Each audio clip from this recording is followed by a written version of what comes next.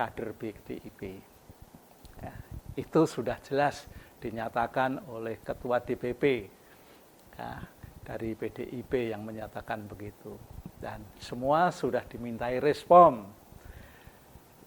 Presiden Jokowi hanya mengucapkan terima kasih ketika ditanya oleh pihak wartawan. Sementara itu Gibran ya nggak apa-apa, jawabnya seperti itu.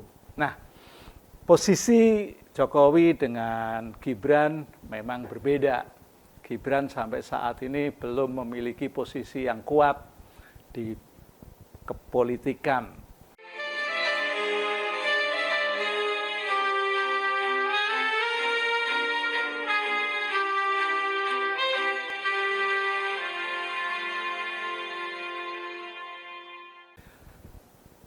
Kita semua pada saat ini sudah mendengar bahwa Presiden Joko Widodo dan anaknya Gibran itu sudah dinyatakan ada di luar kader PDIP. Ya, itu sudah jelas dinyatakan oleh Ketua DPP ya, dari PDIP yang menyatakan begitu. Dan semua sudah dimintai respon. Presiden Jokowi hanya mengucapkan terima kasih ketika ditanya oleh pihak wartawan. Sementara itu Gibran ya nggak apa-apa, jawabnya seperti itu. Nah, posisi Jokowi dengan Gibran memang berbeda. Gibran sampai saat ini belum memiliki posisi yang kuat di kepolitikan. Sementara itu, kalau Jokowi hanya mengatakan terima kasih saja, karena Presiden Jokowi ini melihat bahwa dirinya adalah penguasa negara, penguasa pemerintahan. Itu yang pertama. Jadi dengan demikian Presiden Jokowi masih memiliki kekuatan politik sampai saat ini sekalipun tidak dalam kader oleh partai-partai tertentu. Ya. Hanya oleh Golkar lah yang sudah siap untuk menerima Presiden Jokowi maupun anaknya Gibran masuk di dalam kubu golongan karya. Ya. Mengapa sekarang Presiden Jokowi masih memiliki kekuatan? Jawabnya tadi sudah saya katakan bahwa dia adalah seorang kepala negara, dia juga seorang kepala pemerintahan. Oleh karena itu juga menjadi kekuatan politiknya. Dan tentu saja Jokowi sudah membangun jaringan politik sejak lama. Taruhlah selama 9 tahun terakhir ini di jaringan nasional dengan partai-partai politik yang lain. Malahan pada saat ini mulai terdengarlah bahwa partai-partai yang kemarin menjadi rival dari paslon nomor 2 juga sudah ada yang mulai mendekat ke partai koalisi. Nah, ini artinya bahwa Jokowi masih menjadi kekuatan tertentu. Ya. Oleh karena itu saya berkata bahwa saat ini Presiden Jokowi sekalipun bukan kader dari sebuah partai, bukan pemilik partai atau bukan ketua partai, tapi presiden adalah termasuk presiden yang independen pada saat ini. Ya, karena apa? Presiden independen karena tadi sudah dinyatakan ada di luar Partai Perjuangan Demokrasi Perjuangan Indonesia. Itu PDIP. Nah, siapa sih yang mendukung pada saat ini? Ya, yang mendukung tentu tadi karena sudah lama membangun jaringan, ya paling tidak ya paslon nomor 2 yang partai-partainya ada Gerindra, ada PSI, ada Demokrat, ada Golkar, ya itu sudah pasti mendukung. Bukti nyatanya Ketua Demokrat AHY begitu ditawari untuk menjadi menteri langsung disambut. Nah, mau tidak mau, selain ada di Partai Perubahan tadi, Koalisi Perubahan, Demokrat pun akan mendukung Jokowi selaku presiden yang tidak ada ininya. Golkar juga sudah siap untuk menerimanya. Gerindra, ya sekalipun tidak ada pernyataan siap, tapi karena mendukung paslon nomor 2 yang terpilih menjadi presiden, mau tidak mau juga akan mengayomi, akan melindungi, akan mendukung kepolitikan Presiden Jokowi. Nah, sesungguhnya masyarakat juga banyak yang mendukung. Hal ini terjadi gara-gara apa yang dilihat oleh masyarakat, sehingga masyarakat juga mendukung tentang kepolitikan Jokowi. Yang pertama, karena kinerja pemerintah dianggap bagus, kebijakan dan implementasi ya, dari hal-hal yang berkait dengan rakyat juga menjadi dukungan oleh rakyat. Ya. Isu-isu yang ada di dalam masyarakat juga bisa diatasi oleh Presiden Jokowi. Nah, inilah yang menjadikan Presiden Jokowi masih sangat kuat. Ya.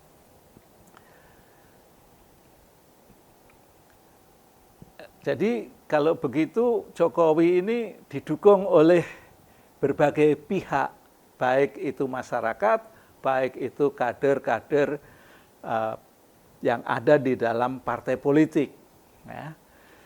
Lalu di dalam koalisi Indonesia Bersatu itu tentu juga masih sangat mendukung. Ya. Ada hal lain yang mendukung kekuatan politik dari Jokowi yang tadi saya katakan masyarakat, tapi hal ini masyarakat karena terpengaruh oleh popularitas dari Jokowi. Ya, Jokowi kalau kemana-mana meresmikan atau datang ke masyarakat yang berbagi-bagi kaos itu selalu dielu-elukan, apalagi ketika wawancara kepada masyarakat, anak-anak sekolah, kalau bisa memberi jawaban diberi hadiah sepeda. Lah ini pun yang menjadikan kekuatan daripada Jokowi, yaitu popularitasnya. Ya. Karena ada popularitas, dianggaplah Jokowi memiliki karisma dalam hal memimpin. Ya. Dan memimpin dalam hal ini tidak dalam pemerintahan saja, tetapi juga terlihat pada perpolitikan di Indonesia. Ya. Melalui tadi yang saya katakan jaringan politik yang kuat. Ya, Jokowi sudah membangun jaringan politik yang kuat sejak ya taruhlah 9 tahun yang lalu sampai sekarang, bahkan mungkin sampai ke depan. Dan yang tidak kalah penting, Presiden Jokowi ini mempunyai kekuatan politik karena juga memiliki hubungan atau membangun hubungan dengan tokoh-tokoh masyarakat.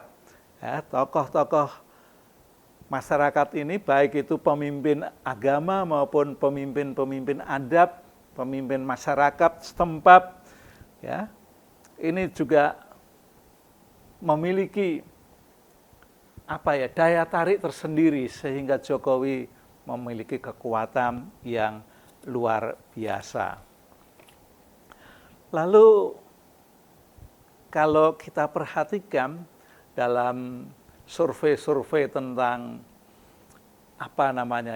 tentang kepuasan masyarakat terhadap kepemimpinan Jokowi atau terhadap keberhasilan Jokowi dalam memimpin bangsa ini juga termasuk tinggi, di atas 70% dari survei-survei itu. Nah, ini menandakan bahwa Jokowi memiliki kekuatan yang sangat-sangat luar biasa di dalam berpengaruh di dalam kehidupan bernegara dan berpemerintahan. Nah, ada satu hal lagi yang berkait dengan pemilihan presiden yang baru lalu. Ya.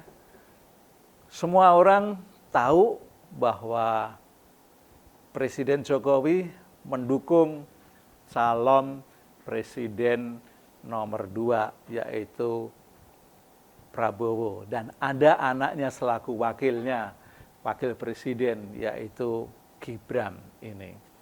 Tapi Gibran sebetulnya boleh dikatakan menjadi salah satu faktor ya, kenapa Jokowi mendukung Prabowo.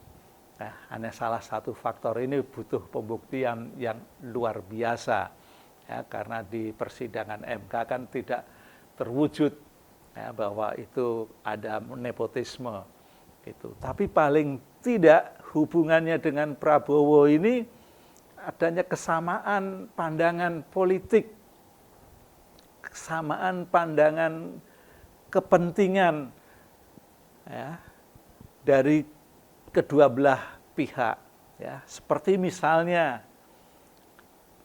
Prabowo menginginkan untuk melanjutkan pembangunan IKN ya.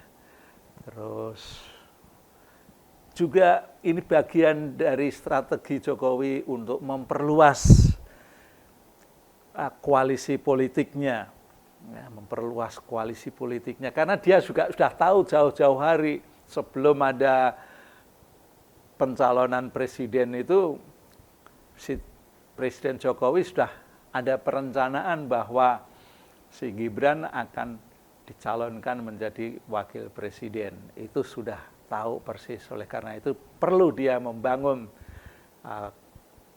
memperluas jaringan politiknya.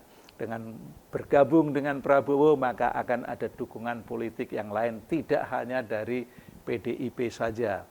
Ya. Dan faktanya itu toh terjadi. Nah, karena dia juga tahu, maka dia mengurangi apa ya yang disebut dengan konflik internal politik. Nah, kalau dia tetap ada di PDIP, pasti akan merasakan ada kepentingan konflik-konflik yang sangat luar biasa. Gitu. Oleh karena itu, dia lebih baik memperluas jaringan politik melalui dukungan-dukungan itu. Selain itu juga kalau dilihat dari program-programnya, keuntungan dari kedua belah pihak ini yaitu adanya kesamaan di bidang pembangunan ekonomi. Lalu pertanian. Nah, pertanian ini pada bukan zaman ya, ketika Presiden Jokowi mempunyai program food estate, maka Prabowo Menhan yang diberi tugas untuk mengepalai proyek food estate di berbagai tempat itu. Juga pembangunan infrastruktur, sekalipun itu bukan dari bidangnya Prabowo, tetapi paling tidak memiliki kesamaan cara pandang. Dan yang paling penting lagi ya ini adanya kesamaan di bidang pertahanan nasional dan kedaulatan negara serta penegakan hukum. Ya. Tapi tentang penegakan hukum ini masih menjadi tanda tanya besar karena sampai saat ini tentang KPU, Bawaslu ini tentang yang berhubungan dengan pemilu, baik itu pemilu presiden, pemilu legislatif, dan nanti pemilu kepala-kepala daerah. Ini masih menjadi perbincangan tentunya. Tapi selama Presiden Jokowi menjadi puncak pimpinan negara, puncak pimpinan pemerintahan, korupsi masih terjadi di mana-mana. Dan yang paling membuat masyarakat jadi tidak begitu percaya, tapi ini khusus masyarakat yang kritis gitu. Korupsi ini terjadi ada di lingkar politik. Ya. Baik dulu dari Gerindra pada masa yang tentang kelautan itu, lalu tentang pertanian, tentang informasi itu semua ada di lingkar politik. Nah, Kalau yang di luar lingkar politik juga banyak, tapi ya memang penanganannya tidak bisa konsisten. Ya. Dan paling tidak si Jokowi ini akan tetap mempengaruhi kehidupan berbangsa sampai paling tidak sampai bulan Oktober tanggal 20 Oktober tahun 2024 ini.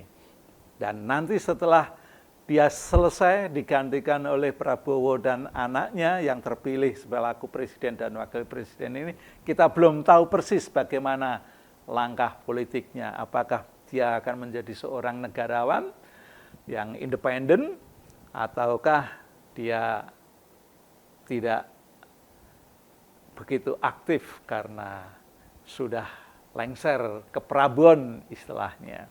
Nah, itulah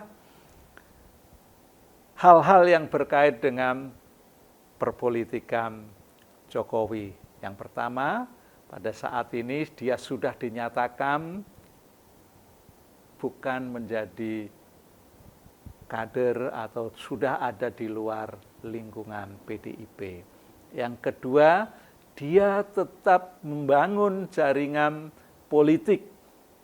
Dan jaringan politik ini boleh dikatakan sudah sangat kuat karena disebabkan dia seorang pemimpin negara, pemimpin pemerintahan. Dan yang ketiga, dia membangun jaringan dengan tokoh-tokoh masyarakat, apakah itu tokoh masyarakat adat, apakah itu tokoh masyarakat di bidang agama. Ya, itu penyebab kekuatan Jokowi di bidang politik. Sehingga dia juga tidak merasakan hal-hal yang merugikan dirinya ketika dia dinyatakan sudah ada di luar kader PDIP. Itulah gambaran tentang perpolitikan yang dimainkan oleh Jokowi pada saat ini. Sampai ketemu pada lain kesempatan.